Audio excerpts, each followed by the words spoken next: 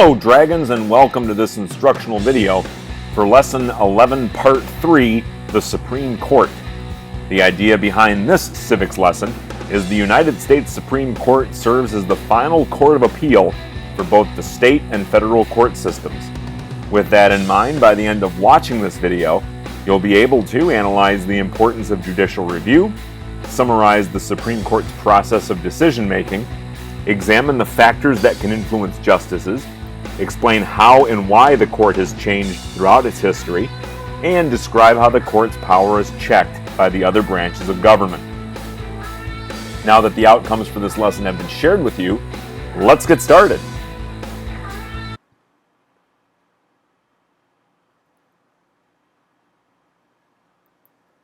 What are the rights of people accused of crimes? What kinds of punishments are cruel and unusual? What activities are protected by the right of free speech? When the Supreme Court is asked to decide cases that raise such constitutional questions, Americans can see the importance of the court's role in our federal government. Lower state and federal courts make rulings in cases that involve constitutional issues, but their rulings are not necessarily final. Only the Supreme Court has the final say about what the Constitution means and what laws it will allow. A Supreme Court decision establishes the broadest and longest-lasting kind of precedent in our legal system.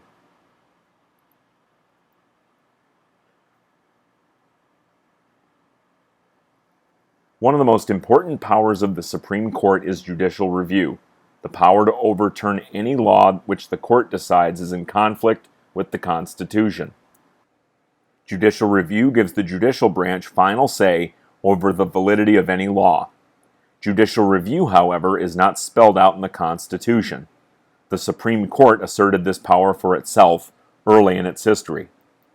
As you have learned, every court of law is limited to dealing with individual cases. A court can interpret law only as it relates to the specific case it is hearing.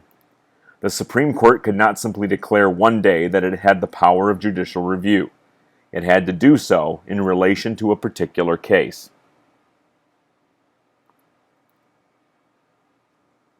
In 1803, William Marbury sued James Madison, then serving as Secretary of State.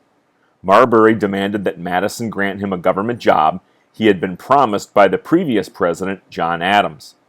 Marbury brought his case directly to the Supreme Court because the Judiciary Act of 1789 gave the court original jurisdiction in such matters. Rather than decide whether Marbury should be given the job, the Supreme Court instead focused its attention on the law that had allowed Marbury to bring his case before the court in the first place. The problem, said the court, was that Congress, in the Judiciary Act, had given the court original jurisdiction in cases involving government officials. The Constitution, however, clearly gave the Supreme Court only appellate jurisdiction in such cases. Therefore, the court decided the part of the Judiciary Act that gave the court original jurisdiction in Marbury's case was unconstitutional. Chief Justice John Marshall wrote the court's opinion on this decision. He argued that because the Supreme Court had a sworn duty to uphold the Constitution, it also had a responsibility to declare unconstitutional any law that violated the Constitution. The court's decision in Marbury v. Madison established a precedent that gave the Supreme Court one of its most important powers. Judicial review was extended in later cases to cover acts of the executive branch and of the states.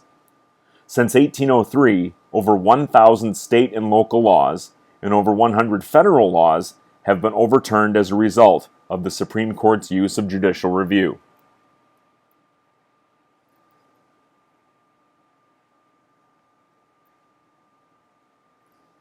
If the justices of the Supreme Court are to use the power of judicial review in a way that defends the Constitution and promotes the common good, they must have the highest moral standards.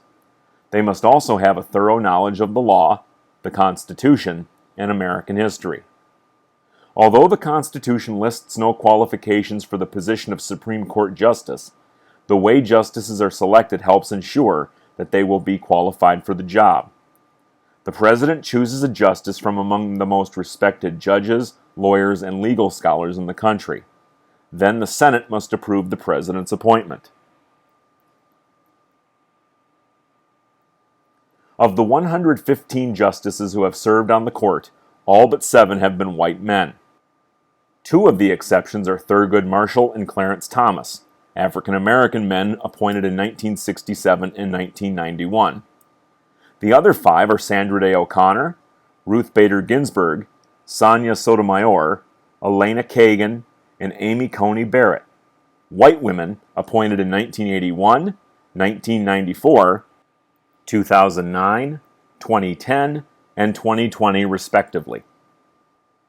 The Chief Justice earns $227,700 a year, and Associate Justices $265,600 a year.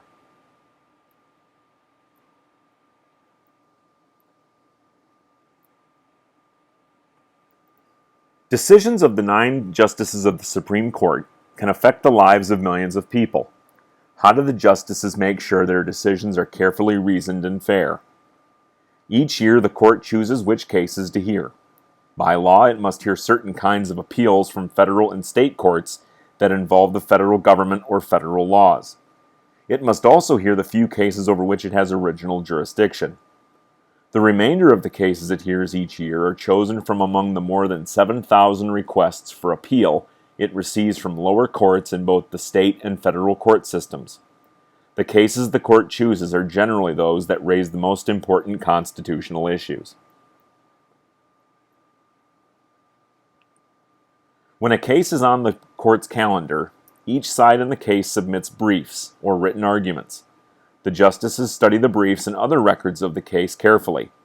Then attorneys for each side present oral arguments before the court. There are strict time limits on these arguments. Each attorney is given half an hour. The justices usually ask many questions of the attorneys to challenge and clarify their arguments. After hearing oral arguments for a case, the court meets in conference to discuss that case and vote on it. Only the justices are allowed to attend. The Chief Justice leads the discussion of each case, summarizing it and offering an opinion. Then each justice has an opportunity to comment. Finally, the Chief Justice calls for a vote. A simple majority decides the case, although justices may change their votes during the opinion writing.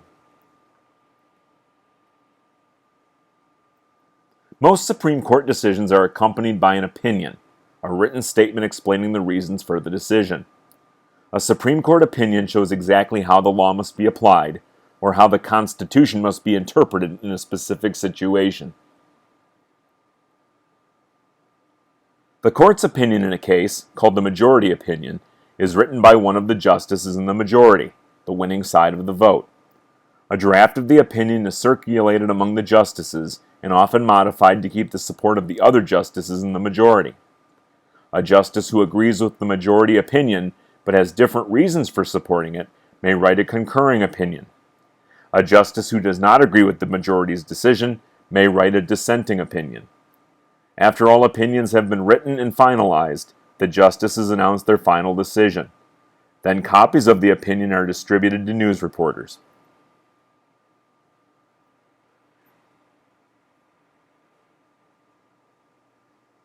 What factors can influence how the justices vote when they decide a case? Like any judge, a justice is most concerned with the law and how it has been applied up to that point. The justices firmly believe the law and the Constitution reflect the will of the people. The justices therefore carefully review the laws involved in each case. They must consider all related precedents that have been established by any court. Precedent is always a factor in a judge's decision because a basic principle of the legal system is to respect past judicial decisions. In this way, we develop a consistent body of law. The justices also try to determine the intentions of lawmakers at the time they made a particular law. For a constitutional question, for example, the justices may read historical documents, such as the Federalist, to try to determine the intent of the framers. The issues the court must decide, such as abortion, discrimination, and prayer in the schools, tend to be those about which people feel strongly. Although Supreme Court justices try to be impartial and to respect precedent, it can be difficult for them to put aside their personal views completely. The justices, after all, are only human. Knowing that the personal views of Supreme Court justices can affect their decisions, presidents will naturally try to appoint to the court people who agree with their political views. A president hopes that if the appointee becomes a justice, he or she will favor the president's position on important issues.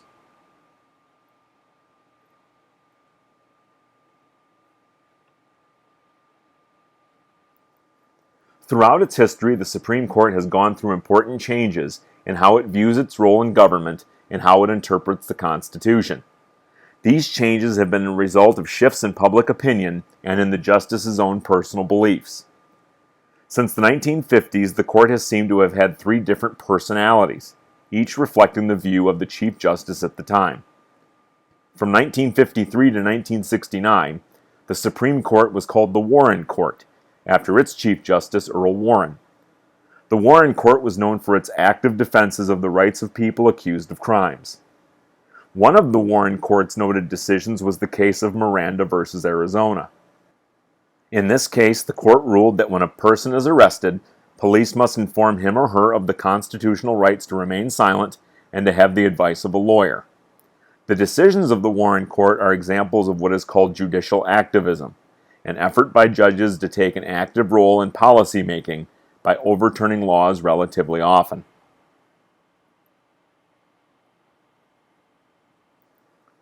From 1969 to 1986, Warren Burger was Chief Justice. The decisions of the Burger Court differed from those of the Warren Court in that they were often characterized by judicial restraint, an effort by judges to avoid overturning laws and to leave policy making up to the other two branches of government. The Burger Court, however, made one of the most controversial decisions of the 20th century in the case of Roe v. Wade. In this case, the Supreme Court said that no state could make a law that forbids a woman to have an abortion. The next Supreme Court was called the Rehnquist Court, after Chief Justice William Rehnquist. The Rehnquist Court made a number of important decisions limiting the federal government's authority over the states. The court today is often called the Roberts Court, after Chief Justice John Roberts. The Roberts Court is known for decisions on incorporations of the Bill of Rights, focusing on gun control, affirmative action, campaign finance, unlawful search and seizure, and criminal sentencing.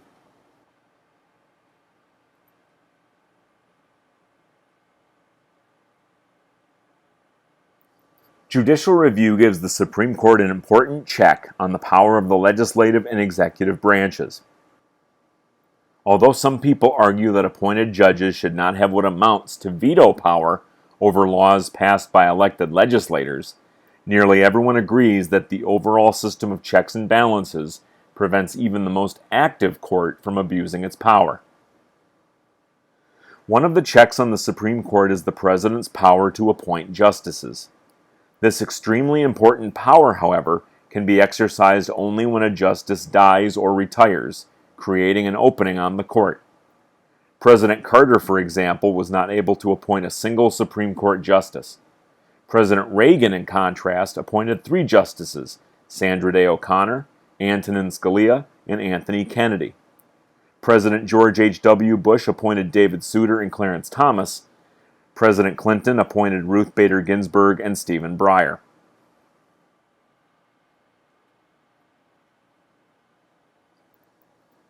The Senate can check the power of both the President and the Supreme Court by refusing to confirm presidential appointments to the Supreme Court. In this way, Congress can weed out appointees who, it believes, are unsuited for the job or who have beliefs contrary to those of the majority of Americans. Public opinion can play an important role in the Senate's confirmation process because senators must be responsive to their constituents. Out of the 163 people who have been nominated by a president to be a Supreme Court justice, 37 have not been confirmed. Occasionally, a Supreme Court appointee becomes the focus of a political battle between the other two branches of government. Such a battle occurred in 1987 when President Reagan appointed Robert Bork. After 4 months of hearings, the Senate refused to confirm Bork. His opponents convinced many Americans and a majority of senators that his views were outside of the mainstream. In 1991, Clarence Thomas, appointed by President George H.W. Bush, also faced intense questioning by the Senate Judiciary Committee. Thomas, however, was confirmed in a close vote. Another important way that Congress can check the power of the court is to begin the process that would result in a constitutional amendment. If ratified by the states, an amendment proposed by Congress can nullify or cancel out a Supreme Court decision. When the 14th Amendment was ratified in 1868, for example, it nullified the Supreme Court's decision in the Dred Scott case.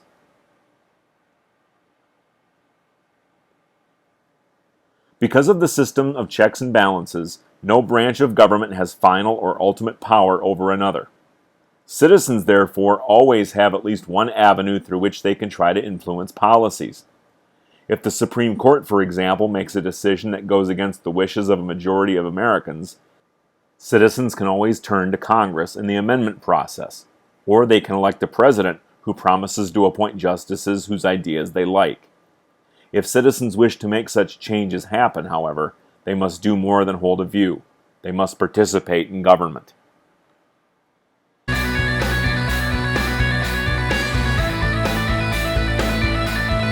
So that's the way it is with Lesson 11, Part 3, the Supreme Court. At this point, you should know that every Supreme Court decision is important and has wide-ranging effects. The Court has established the power of judicial review to examine the constitutionality of laws and acts taken by the other branches of states, and courts' actions can be limited by the system of checks and balances, as well as by citizens of the United States.